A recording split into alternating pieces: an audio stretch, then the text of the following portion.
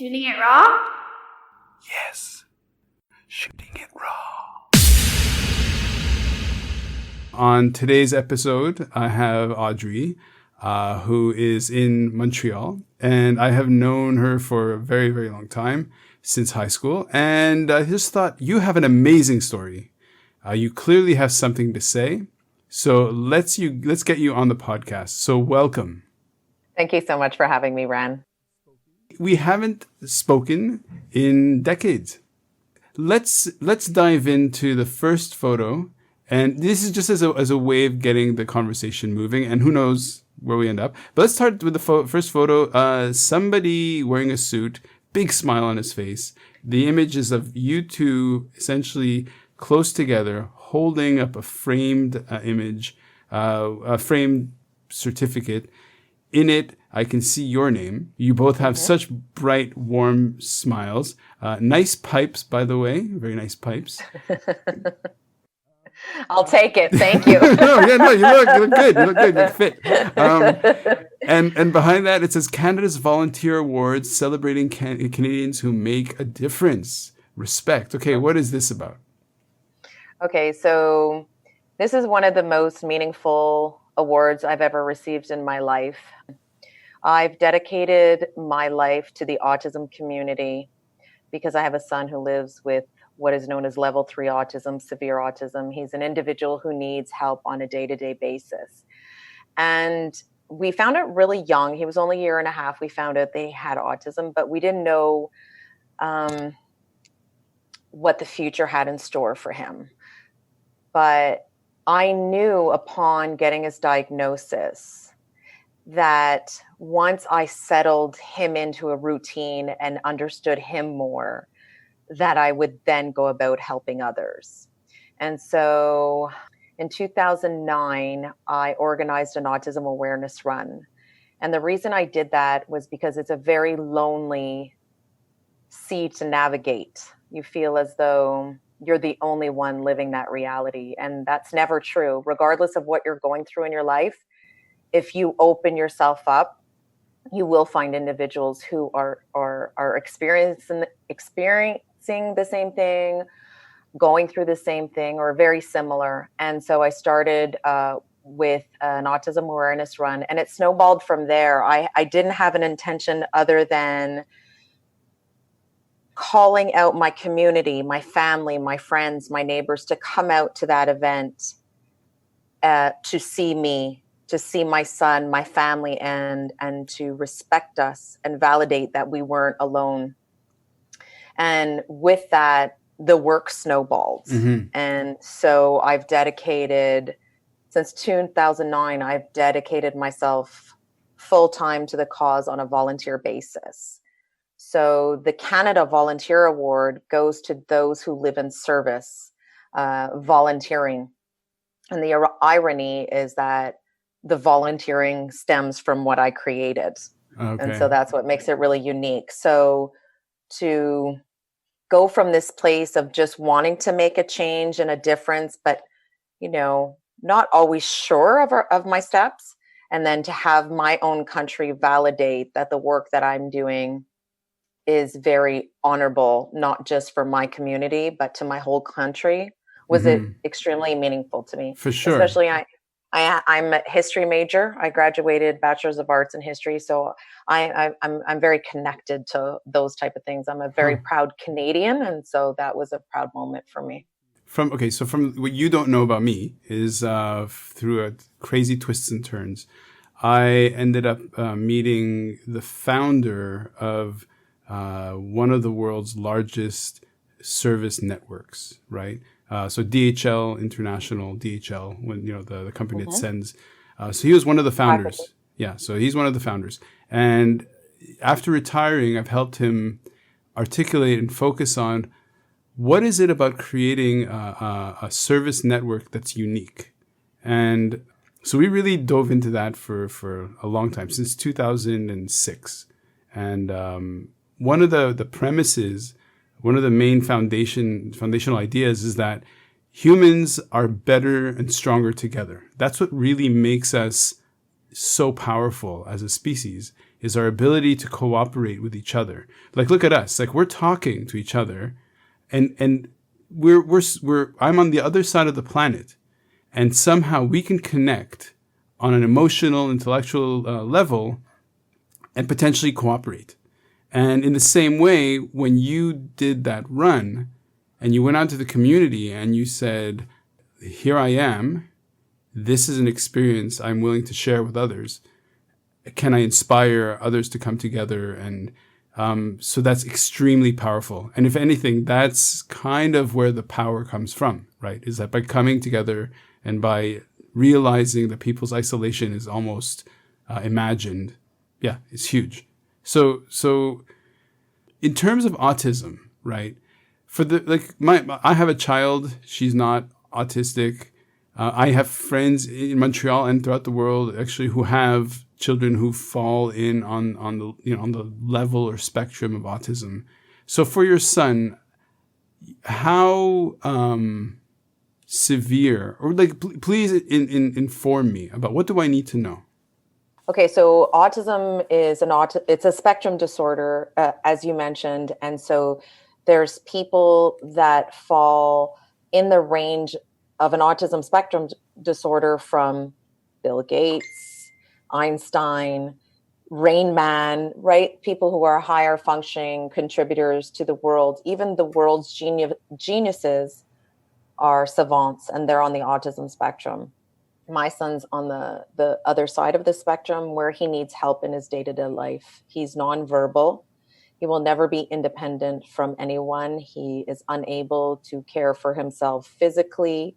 And the list of what he will never do is long. And so that's to paint a portrait of who Kian is. Right now he goes to a special needs school.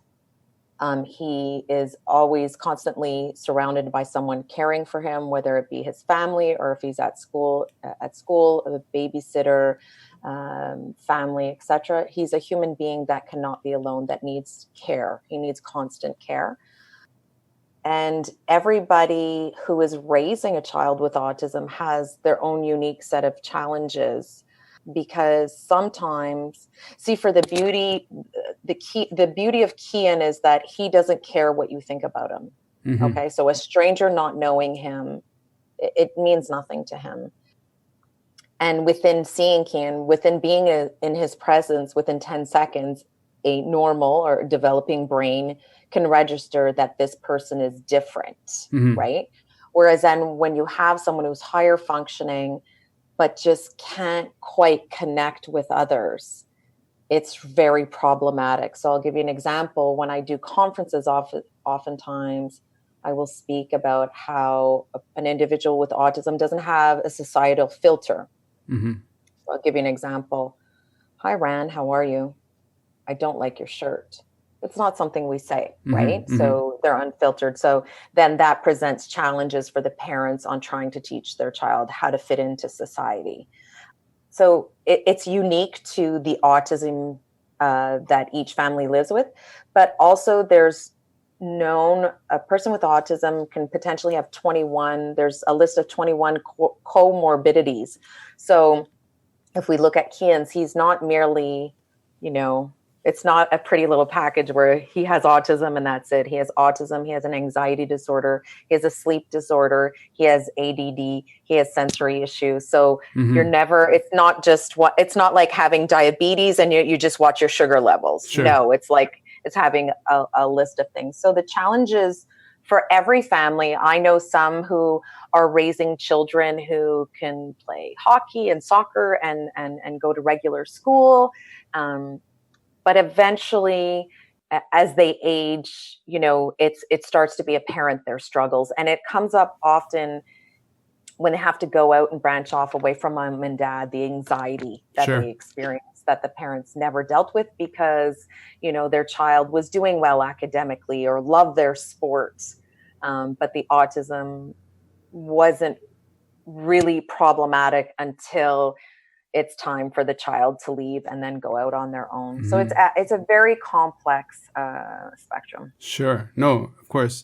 Now, this is something you've dedicated yourself to, right? So, for example, is it more of a blog, or is it essentially just a website, information website? Talk to me about the Moma Bear site. Yeah.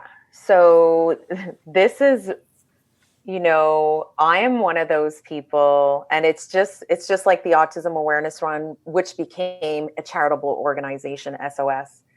Sometimes your heart's just telling you to do something and you go for it and you jump into it. And I really firmly believe it takes a community. And I believe in the strength of women, and particularly moms who, because that job's been done since the beginning of time, we tend to downplay it, but it's such an important job. It's such a responsibility, because as a mom, for me personally, I will do everything to protect my children. And that's hence why I use that Moma Bear analogy, that the lengths will go to be there for our children. Mm-hmm. And so I wanted to selfishly create my own little, I don't want to call it a side hustle, but it was my own little indulgence, where I started to write a blog because my Facebook posts were getting too long. Mm-hmm. So I thought those who were very interested could then be redirected. Sure. I have a new blog post out. And that was great. And for a while I was really inspired and it was flowing, and then I hit a wall. But basically it was twofold. I had started writing a blog, but I also wanted to give women the permission to dream and to speak out their truth. And I created, it started with a necklace that I had designed with a Montreal artist. It didn't take off the way I wanted to, but when I look back, it's because I had too many balls in the air. I was trying to do too much at what time. And, if you're going to start a business, if you want to be an entrepreneur, whatever it is you want to do, you really have to focus on that thing. And I just have too many things going on. So it kind of didn't go in the direction I wanted to, but there were still a lot of lessons I learned and things I took from that. And I am still known as a very fierce Moma Bear. Got it. No, I see it. I definitely, it's clear. Like it's part of how you communicate. Can we swear on your path? Absolutely. Yeah, sure. Yeah, okay. Yeah. So you can fuck with me, but don't fuck with my kids. Sure. No, of course. Yeah. Trust and believe. You can call me what you want, form your opinion on me, but my children are off limits, and I'm a fierce protector of my children. Sure. Yeah. Clearly. Okay, let's move on to the next image, just so that sure. Okay, so the next one I'm gonna select is the one of the four of you in a school gymnasium, warmly. Your son is tall; he's very tall. He's the tallest. Yes. Yeah. So talk to me about that photo. Yeah. So that the reason I sent that to you, that's my family. Those are my children. And we're actually at a Christmas party for SOS at the organization that we hold every year in a gymnasium where Santa Claus comes in and we have a breakfast and there's toys.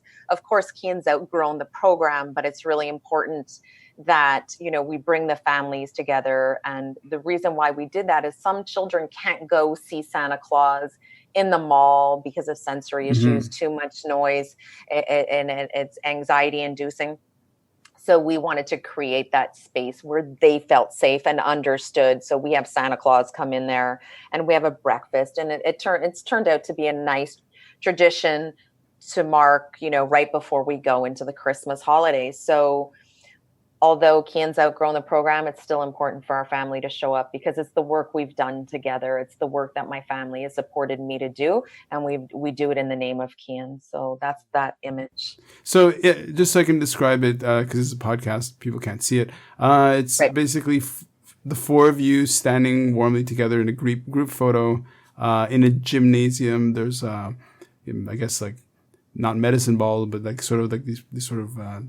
What are they called? Like the Pilates balls. There are various things. It's a school gym. It looks like a school gym.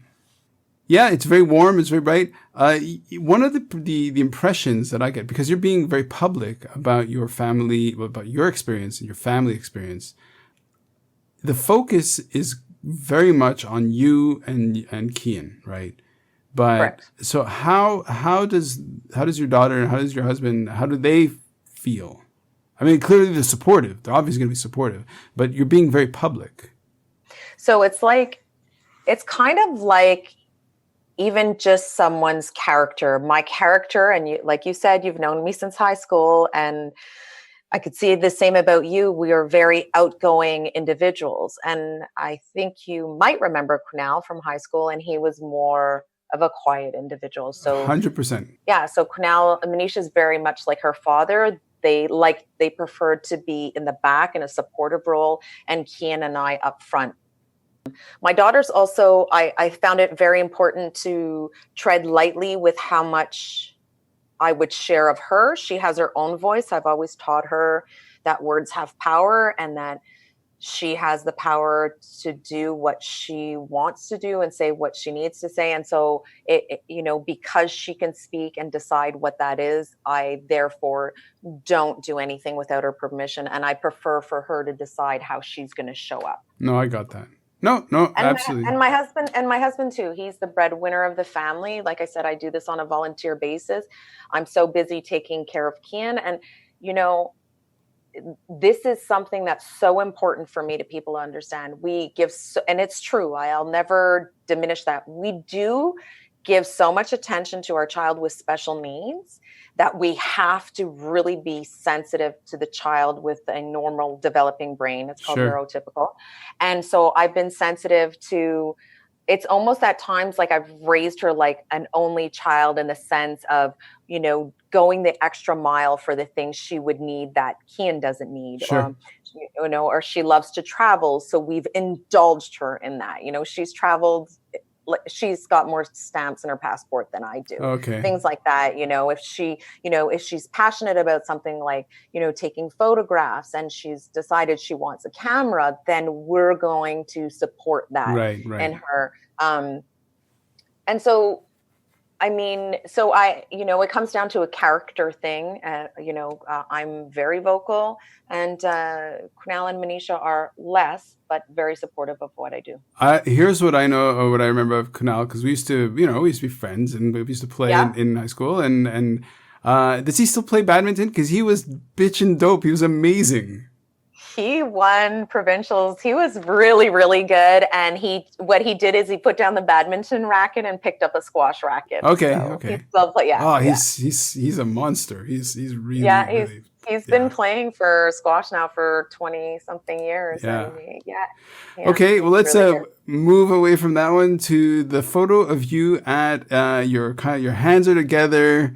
You're in running gear, very bright and orange. Outside, it's sunny. You're in a race. You have a racing bib on. There are lots of people behind you. It looks kind of flat, so it must be on the east coast of North America. Let's see, what else can I say about it? Lots of people. So it's a massive marathon, I'm assuming. And yeah, you're probably at the end, probably in the middle. I don't know if you've stopped because you're toast, or if you've stopped because you're done. No, this is one of the most triumphant experiences of my life. This is the 2014 Boston Marathon. For anyone who knows the history of the Boston Marathon, you cannot sign up for the Boston Marathon. You must qualify for the Boston Marathon. And so I qualified running another marathon in under 3 hours and 45 minutes, just underneath. I worked really, really hard to qualify, and I went to the 2013 Boston Marathon. Well done.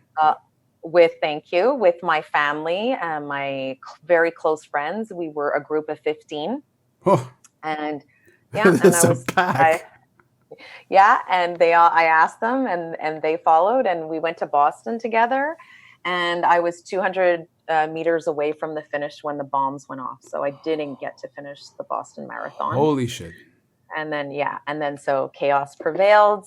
And what the organizers did, we were approximately 6,000 runners who did not get to finish in 2013. And they were gracious enough to invite us back. Okay. Wow. And so when you see the photograph, I'm stopping because, of course, I re-invited my family and close friends to be there. And It was the hardest race for me because I was suffering from post-traumatic stress disorder from 2013. So I had to work with therapists to get me back to the marathon. Mm-hmm. And not only that, my father died 19 days prior to the 2014 Boston Marathon. So I'm actually stopping to give grace and thanks to my family who came out for me. And that's that photograph. And so that's one of the most beautiful, profound, meaningful picture that I have of myself in the history of my life. Wow. So I really wanted to share that with you. Okay. Well, yeah. Okay. That's very powerful. You're like, I didn't expect that. This is what's great, right?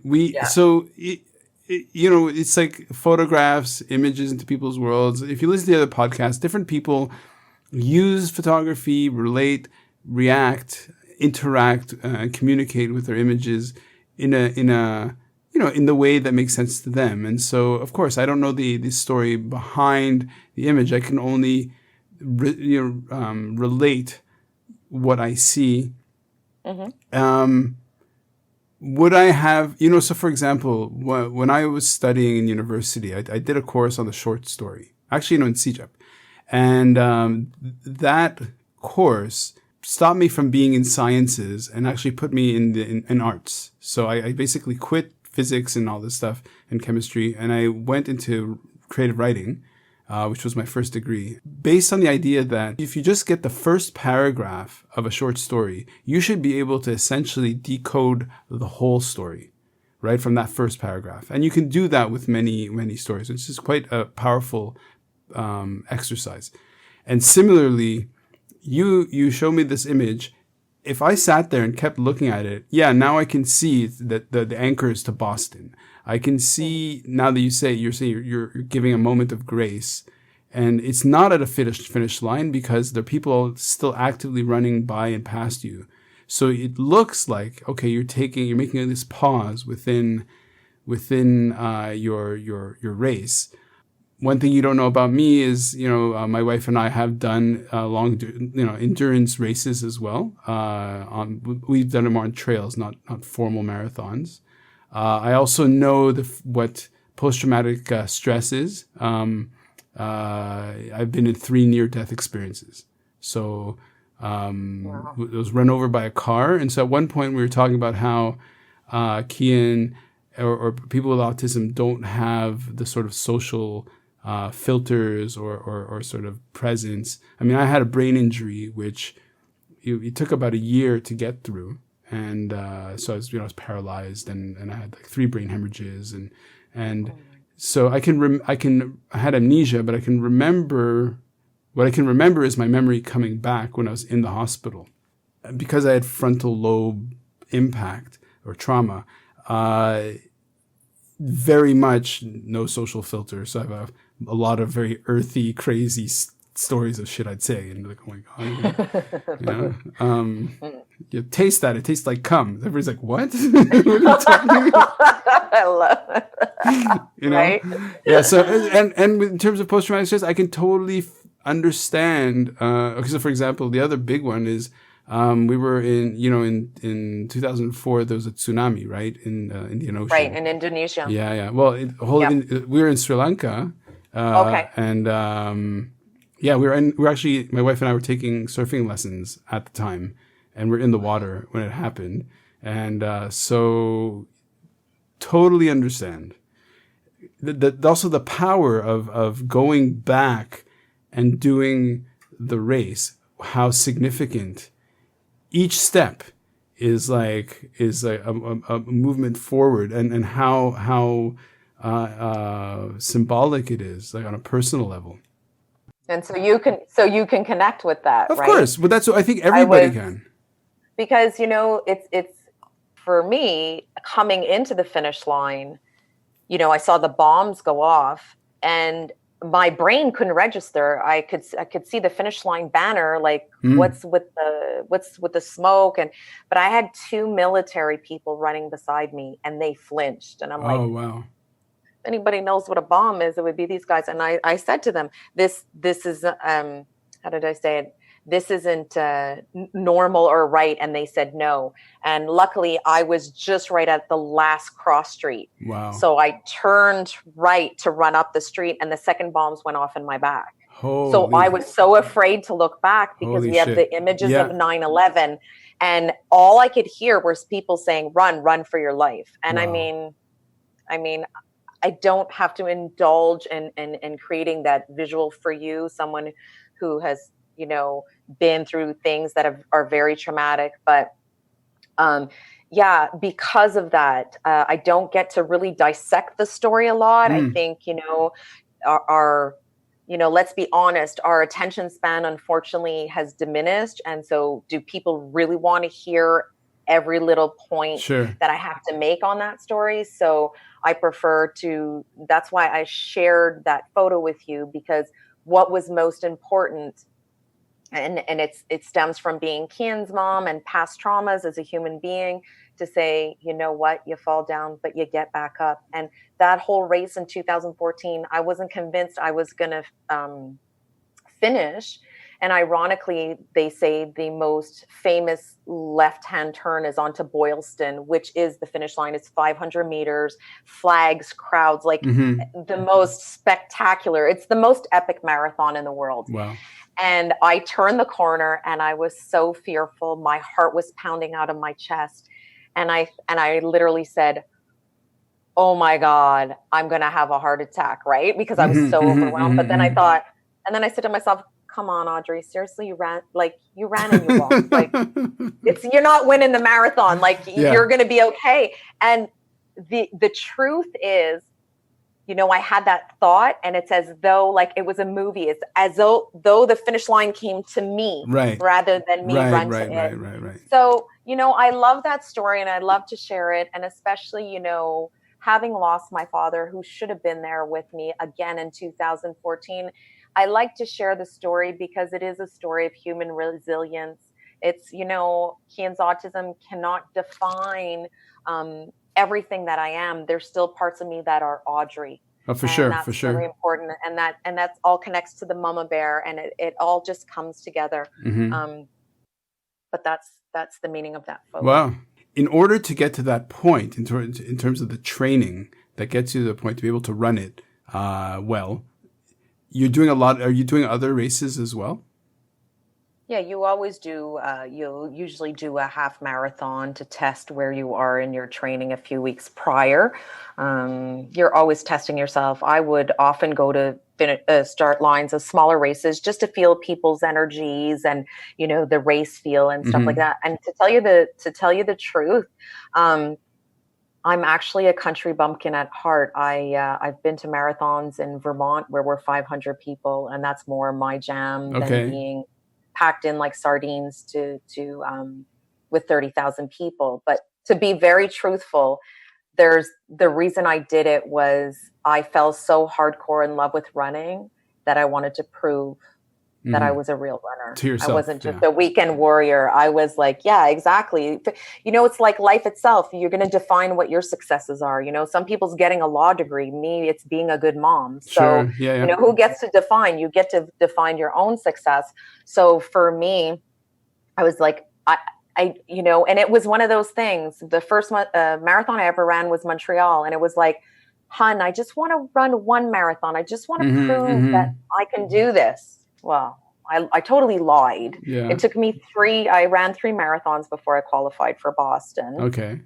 And yeah, I think that sounds right. 3. But I worked really hard. I'm not naturally built for that. So I was an individual, had to work extra hard to get there. I just made it to Boston. This is truth. But the training was hard because I was still raising Kian, as I said, who has a sleep disorder. And there would be some nights he would be up for hours at a time. Wow. So, and I would still get him off to school, and I would still then say, okay, now I have to run for the next 2.5 hours. In 1997, my friend Paul and I went for a bike ride on the outskirts of Montreal. We rode to some cliffs, stashed our bikes, and began to climb. When we were about 50 or 60 feet up, that's almost 20 meters, suddenly I spotted Paul falling off the rock face. He fell straight down to the boulders below. Luckily, he survived. Yeah, we were so dumb. Back then, sport climbing wasn't like what it is today, with climbing and bouldering gyms pretty much in every city. Actually, Paul and I would eventually get proper training on how to climb and boulder. This brings me to thanking our next sponsor, the online climbing store Climb Smart Shop. If you want to get into climbing and bouldering and would like to order some beautiful, delicious, and juicy gear, visit their online store. It's great for climbing shoes, ropes, carabiners, and all the gear you need to climb safely and securely. Visit their store to see for yourself what an amazing collection of gear they have on sale. Their site is www.climbsmartshop.com. Thanks.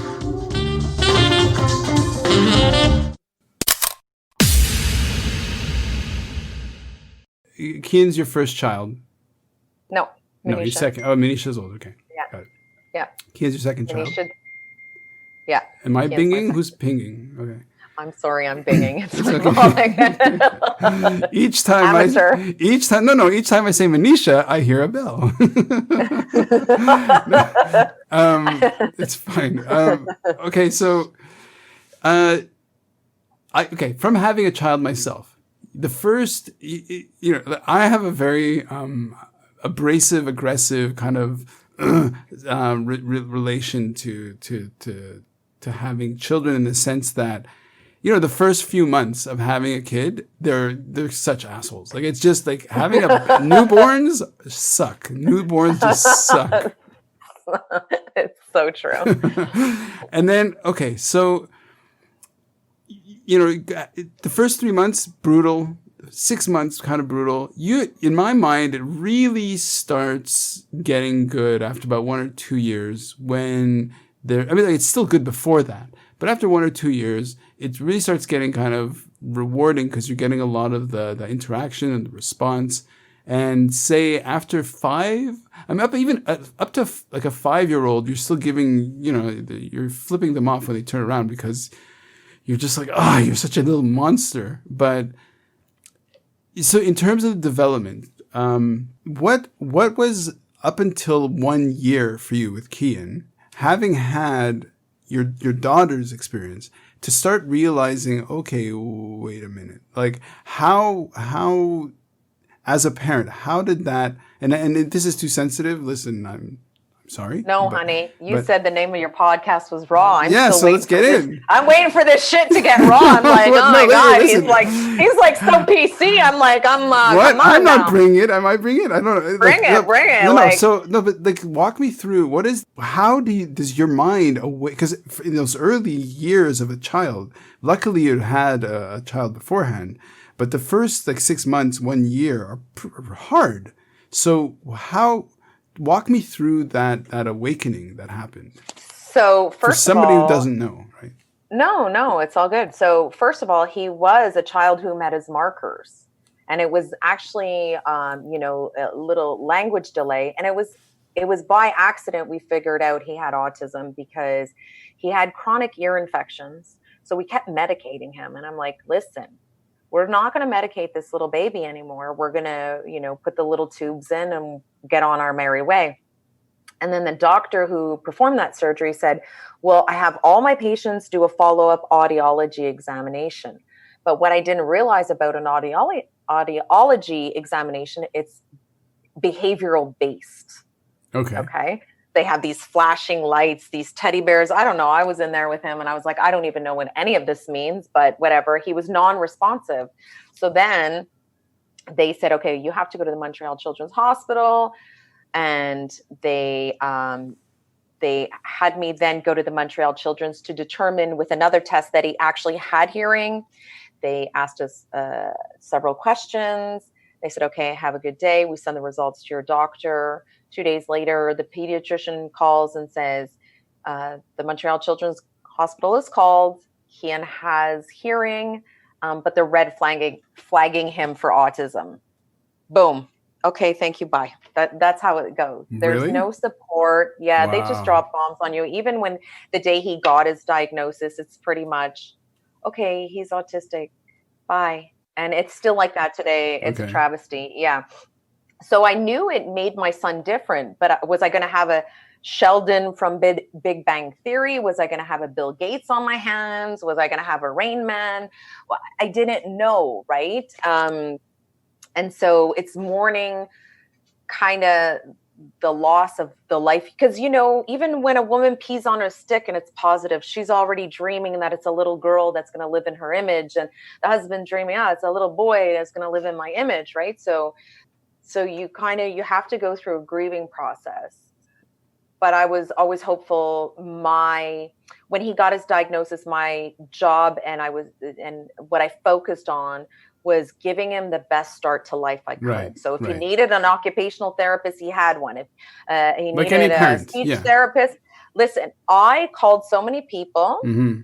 and this is where we'll get raw because, you know, sensitive ears can't handle this. But I would call people and say, listen, you understand, I will prostitute myself to give my son the life that he deserves. Sure. Do you understand this? Yeah, okay.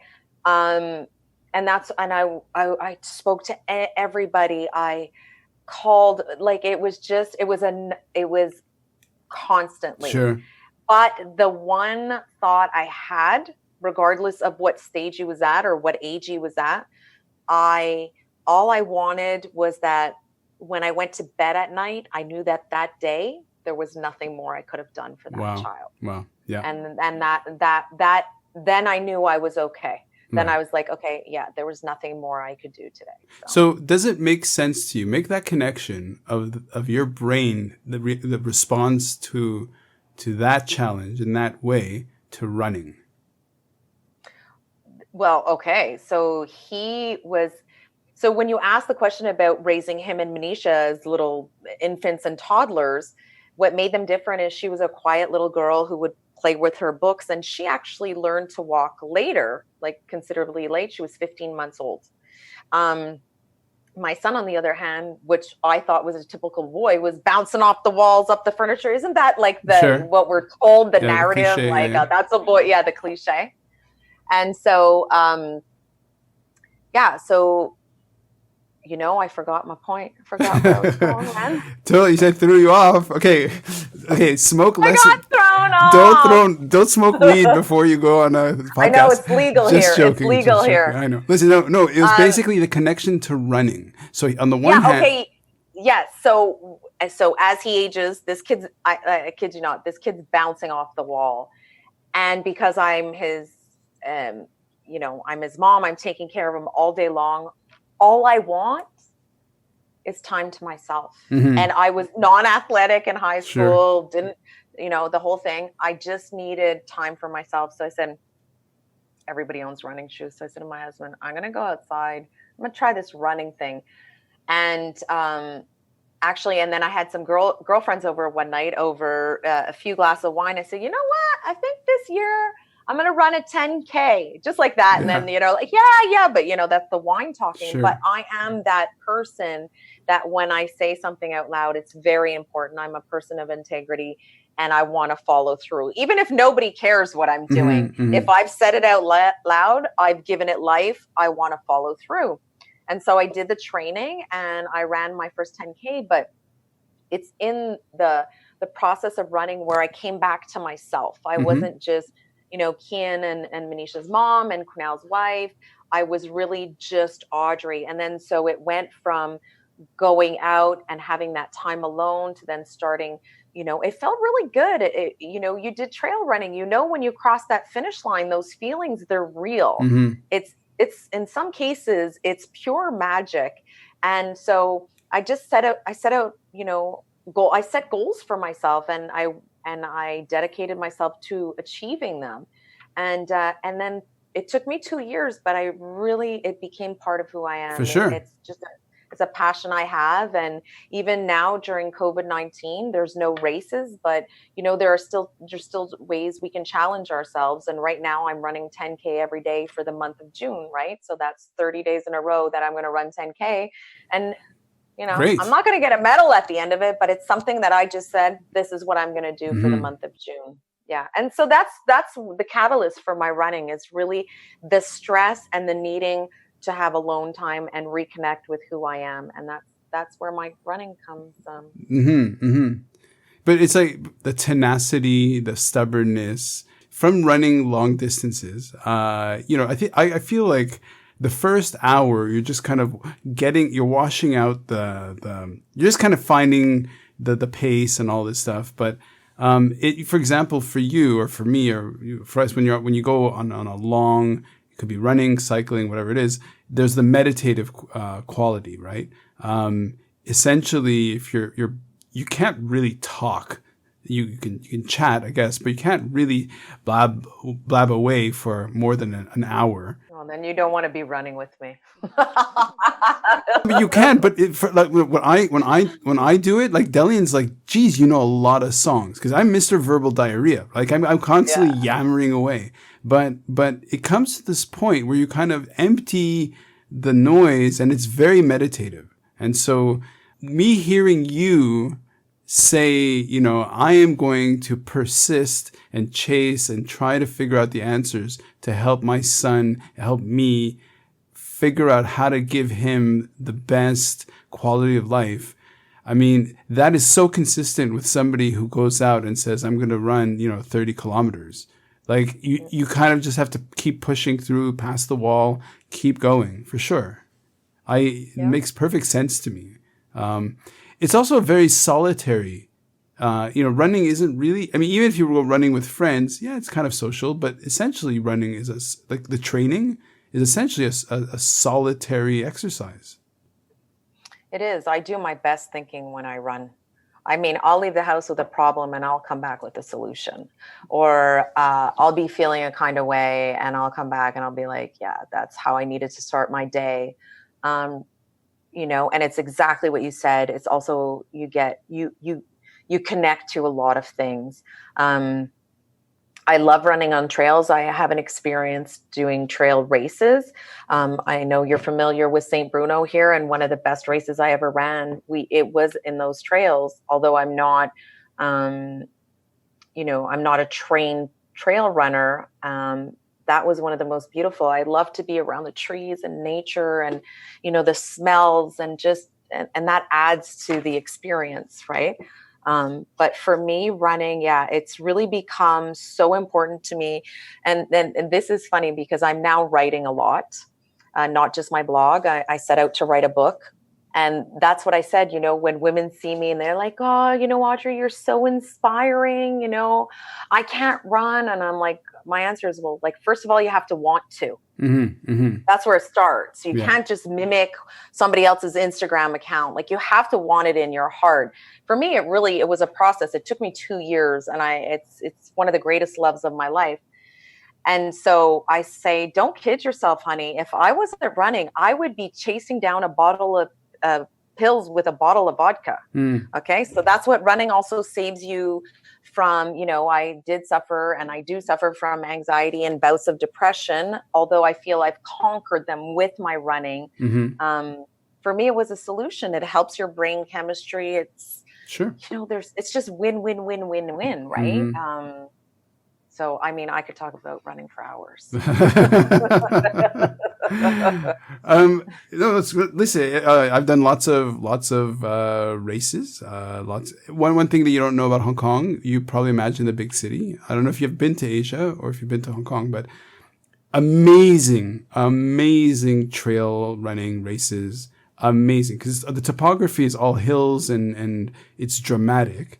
And, so there are lots of races. And I know, look, when Delian and I, we did they don't do it anymore. It's called the Phoenix Walk. It's 75 kilometers, of trail running and, it was intense. It was really hard. So that's two marathon lengths and, kicked our ass. But and in that case, for example, I'll probably bleep it out, but I made some coffee and, so basically some coffee with in it.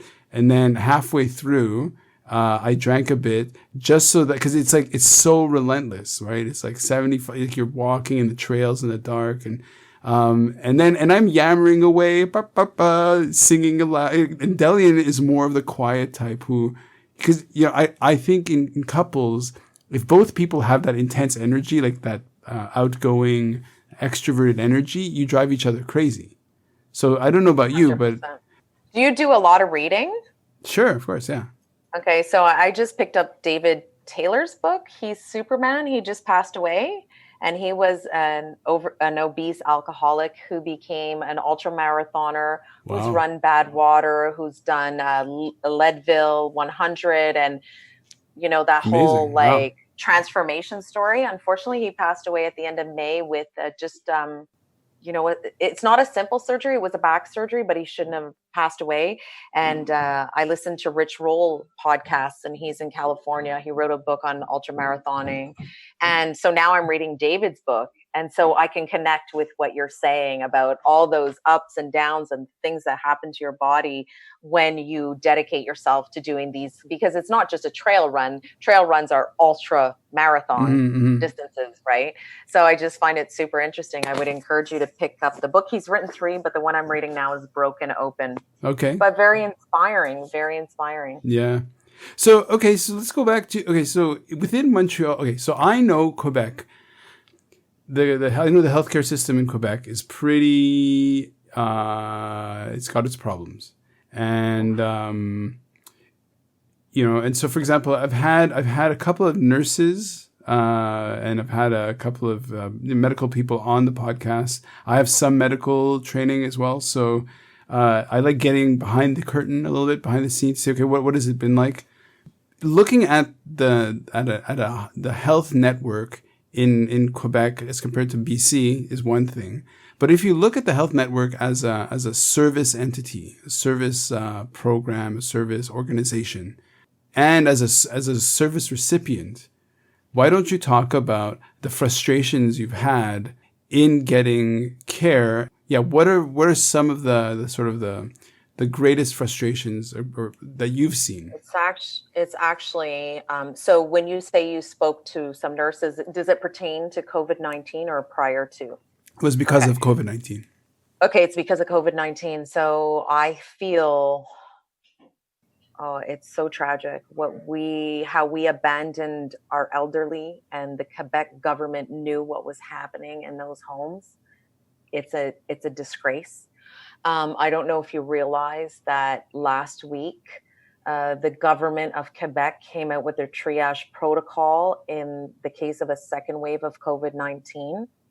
And in that documentation, they say that if a doctor, that in essence, people with special needs, if they have to make a choice between a younger, normal, developing human being, that they do not provide intensive care or a ventilator to the person with special needs. So this came to me last Thursday, and I'm actually still in a state of shock. I think one of the reasons I haven't processed that fully is because we are still, as a family, in a space together. We are starting deconfinement, but we're still here. And in order, I think, to process properly, I will fall apart, and I don't want to do that to my children. And so I keep holding on to that. But I am fucking mad as hell that a government would stand up and think they have the right to decide whose life has more value than the other. And for me, is that set as a governmental policy, or is that not? Don't the people at the hospital make that decision? Well, this is what they're saying, because they're using Italy as the example, how it overwhelmed doctors and nurses to make the choice. I'm a little bit like you, thinking, well, doesn't a doctor take an oath and a nurse to save the people that are presented to them? And so, because we've never faced a pandemic like this before, it comes down from agencies like the World Health Organization and such like that, and ethical boards saying, well, yeah, we're going to deem, that some life has less value. But at the same time, it doesn't mean that we have to adopt that. Here I am spending my whole life trying to show people the value of my son and what I've come to the conclusion that Kian has made a huge impact on the world. I'm his voice, but it's because of Kian. So here you are telling me that this person who's affected so many lives. I mean, I post a video on Facebook with Kian swimming in the pool, and 500-600 people are going to watch this video of this boy floundering around in the pool, right? Because I'm trying to demystify autism. It's not the autism you think that your neighbor's son has. This is our autism. This is how we live. And so as a mom and an activist fighting so hard to say that anybody born has the right to live their best life possible. Sure. So what government has the right to say you don't have that value? So I'm actually strategizing right now with those in government who don't agree with that, with the triage. I'm now working with parents, and well, as you already have guessed, and anybody listening will know that I won't settle for that. It's just not acceptable. And once I process, I'm going to work on making having that changed. I've asked people on Facebook to sign a petition saying that we need to review this, that it's unacceptable. Right. So I'm always trying to do my part.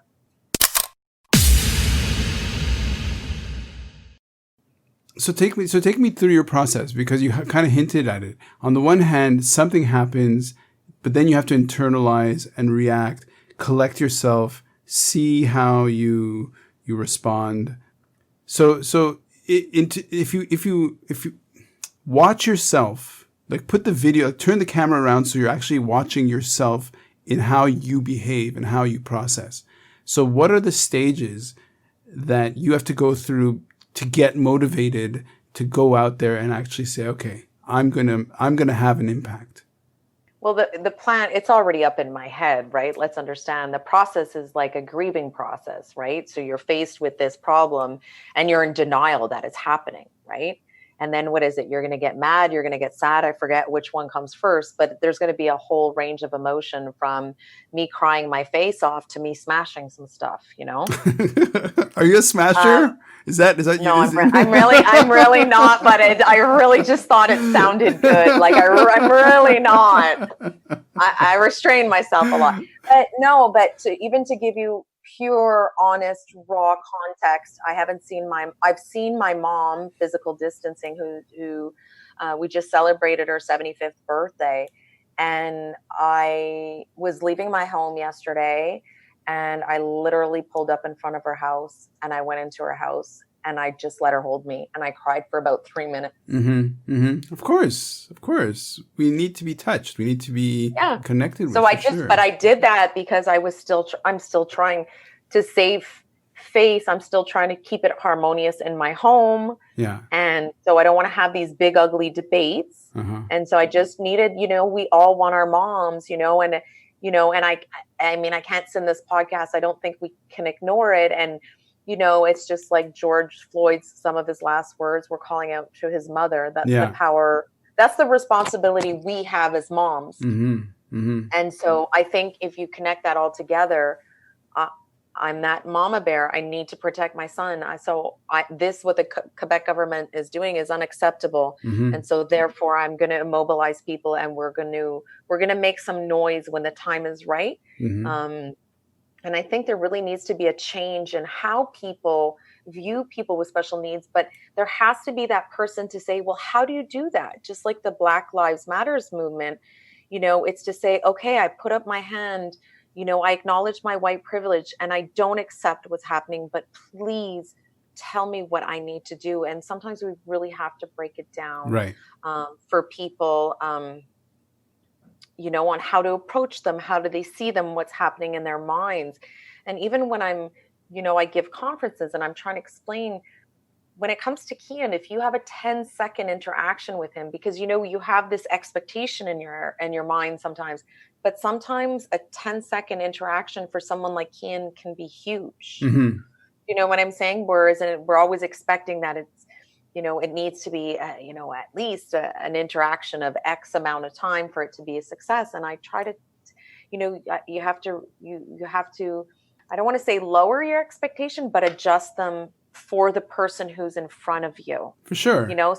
So even when I go to Kian's school, I've been, when he was transitioning from what is primary school to his high school, and they were showing me the school, and a little girl ran 10 feet right up into my arms. She has Angelman syndrome. Didn't know her. I just Mm-hmm. picked her up in my arms and I held her back. Yeah. And I held her. She wanted to be hugged. She jumped Sure. in my arms. I'm like, let's go, child, you know? Yeah. You know, and you know, it's going back to what we said right in the beginning, how it's all about human connection. But you know, it's like, and I've said this time and time again, I've said it on other podcasts, or I've written about it, is that, you know, there's this idea that people with autism do not have friendships. And I'm like, that is so not true. And we run a summer camp and we see it all the time, but their friendship looks very different than ours. But why do we judge their friendship on our standards? Yeah.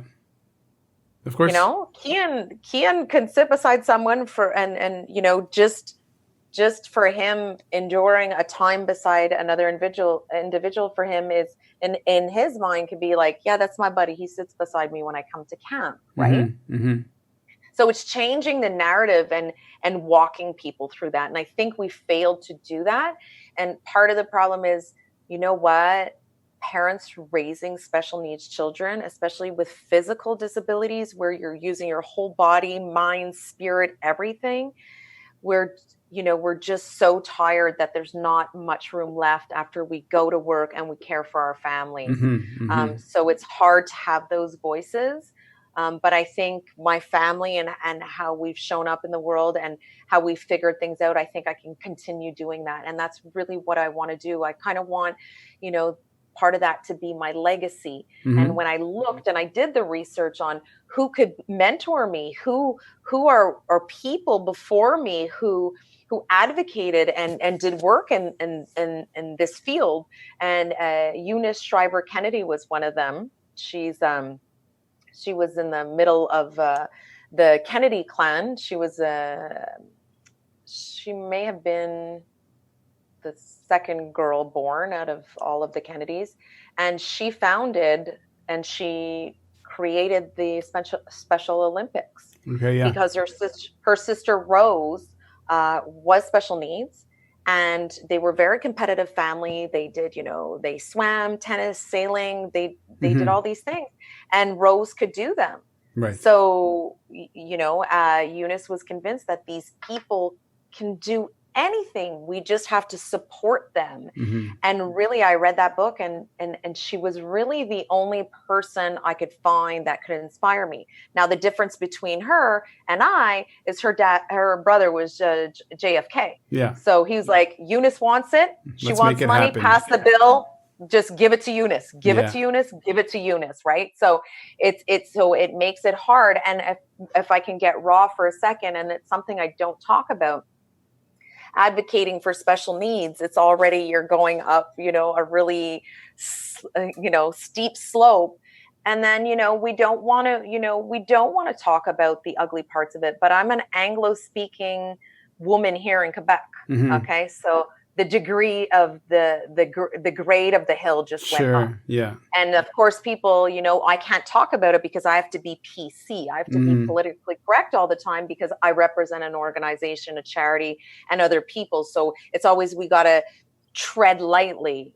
But I'm tired of doing that too. Right. And the truth is that with what the government just came out with, I'm like, yeah, I'm dropping my gloves because I'm fed up with playing nice.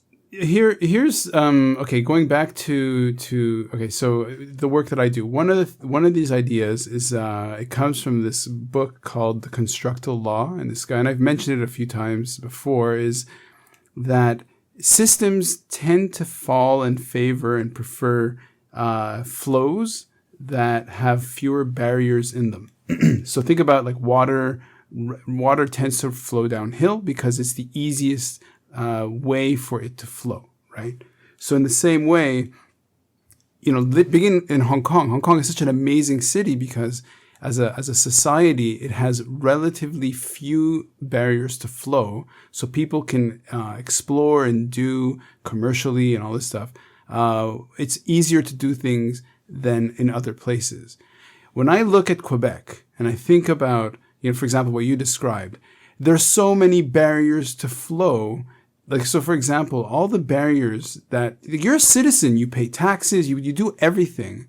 And yet granted, because you're aligned with one part of, just linguistically, because English is your stronger language than French, even though you are bilingual. I know you speak French, but because of it's like the society puts these barriers to flow, and it makes Quebec less competitive. It makes it less attractive. It makes Quebec a less interesting place to be in, which is really why the brain drain in the case of my wife and I, why we left, right? It's like, fine, we don't, if there's so many barriers, then why would we stay?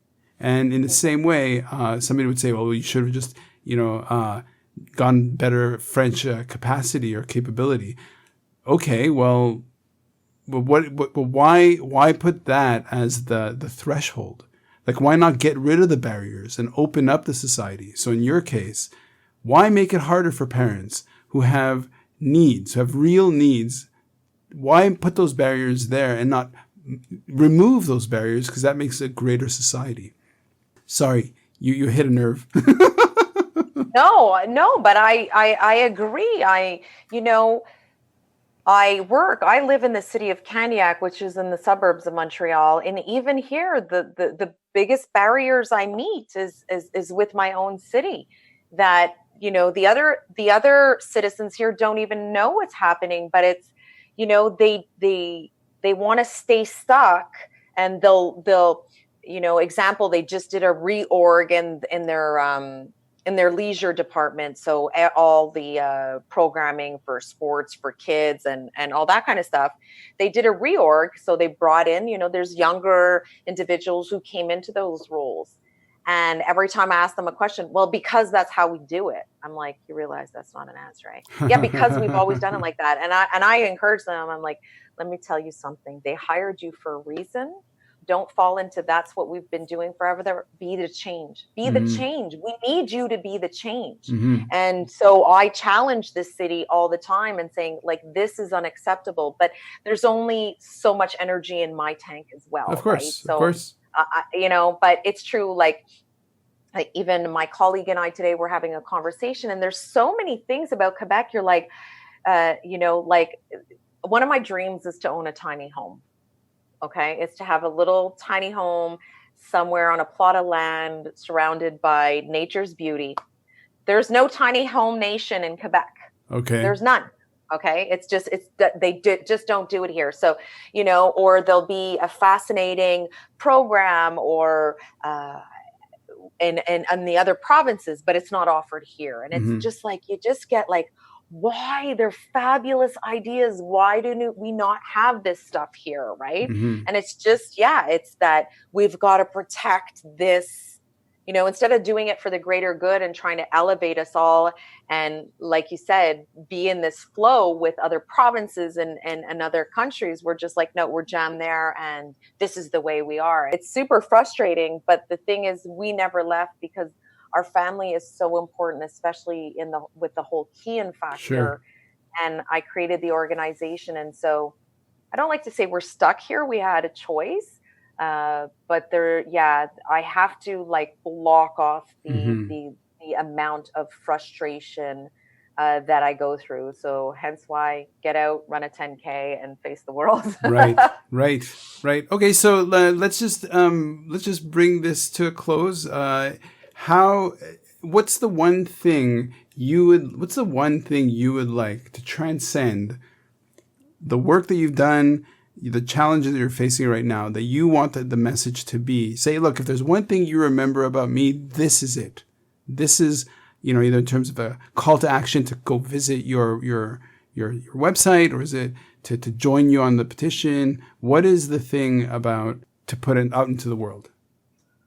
Okay, well, it really is the idea of a legacy. The idea of working 9 to 5, coming home, caring for the children, going to bed and doing it all the next day has never appealed to me. I've always wanted the structure of a family. I've always wanted to create a family, but I've always felt in my heart that there was something I can contribute to the world. And I'm not saying the world en masse. I'm saying my little corner of the world is fine. But, I always was in awe of people who lived in service to others, who made that difference, who made an impact. And so, and I don't know about you, I think it's like this for most people, but we have children and we want our children to be proud of us. Mm-hmm. I want Manisha to be proud of me. I want Kian to be proud of me. And so I want to leave a legacy. I want to leave my footprint on the world. And so therefore it's to what is most important for me that I've defined for myself is my advocacy work in the autism community to, you know, and really it starts with the desire to create a space in this world for my son where I don't think there is one really, Mm-hmm. you know? Right. So I think about that a lot. I think about, you know, just continuing the work I do and growing in that work. What started off as leisure programs for young children, you know, as our children grow, as Kian grows, you know, we started to offer programs for teenagers, and now he has schooling till 21. So when he's an adult, there's no programs for him. He's Mm-hmm. expected to stay home with me. Right, Imagine right. a grown man is meant to stay home with his mom every single day, and she's to provide, you know, stimulation, brain stimulation, physical stimulation, and all those things, which I think is not a life for myself, and it's not a life for my son. So those are the next steps I'm looking at to develop programs. Yeah, not exactly a hallmark of a great society. No, of an existence, and so, you know, it goes back to that seed, and I believe it's true. Everybody born has the right to live their best life possible. Sure. Yeah. And why would we want otherwise? Sure. Why would we not want that for people? Mm-hmm. And the beauty about Kian is that his joy in his world is very simplistic. But let's provide him that. Mm-hmm. Let's not find it acceptable that, oh, well, there's just no program. So when he's 21, his life expectancy is not shortened by any means. Right. So from the age of 21 till I no longer have the capacity to care for him. That's the plan. Sure. That and all the 15,000 other families living this reality in Quebec. Mm. You know, so it's to find some solutions and just keep going at it, you know, until I feel Kian's taken care of, and maybe then I could take a break. I don't know. Just keep on running, keep hammering, always forward. Always forward. Yeah, Audrey, thank you so much. This is really, this has been really great. I really appreciate it. And ending these podcasts is always a weird sort of feeling. Like, how do we say bye? So thank you so much. Thank you so much. I really appreciate it. And, you know, maybe we'll meet again. Thank you so much for joining me, Randall Fancy, for this episode of Shooting It Raw. I really appreciate it. If you want to learn more about the show in general or today's guest in particular, be sure to check out the episode notes at www.shootingraw.com. That's shooting-it-raw.com. I appreciate everyone who takes some time out of their day to give Shooting It Raw a listen. So get out there, make amazing photos, and be sure to appreciate how amazing the world is. Gratitude and a sense of humor